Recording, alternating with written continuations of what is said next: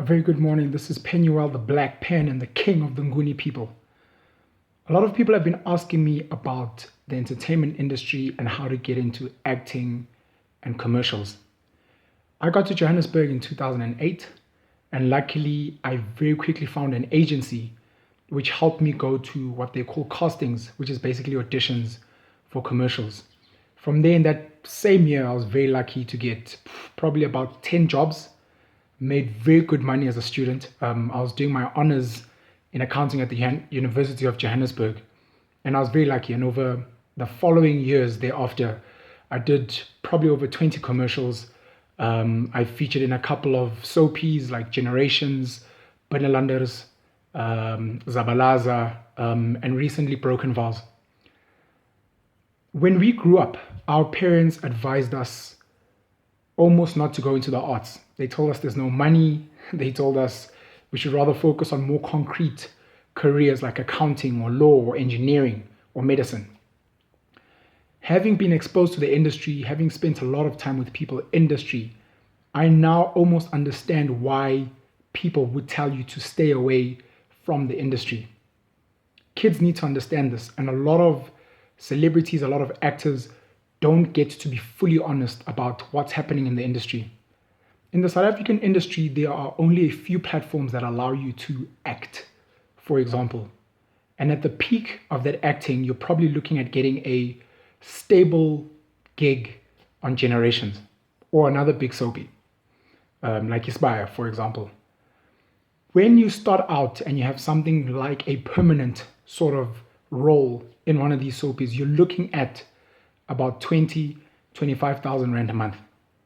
A lot of people don't know this. They think you're making 100,000, 200,000 Rand a month. This is when you have a more permanent role, someone that people regularly see on TV.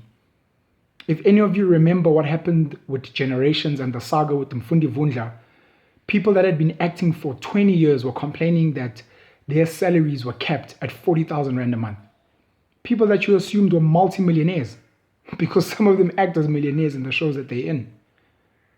Now, when I'm telling you that at the high end, you're earning 25,000 Rand a month, on the low end, you're looking at people that don't have any acting jobs month after month. People that get called in, maybe make 2,000 Rand here, 1,000 Rand there. Some of them maybe shoot an ad and make something from 5,000 Rand to maybe 30,000 Rand once off. But that's not sustainable.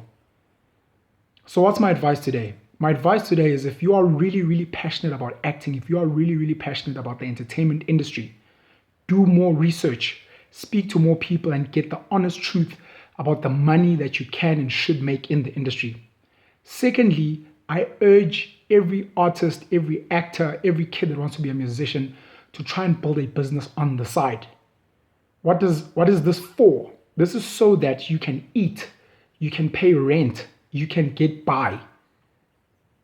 A lot of artists struggle because work is not sustainable, it's not consistent.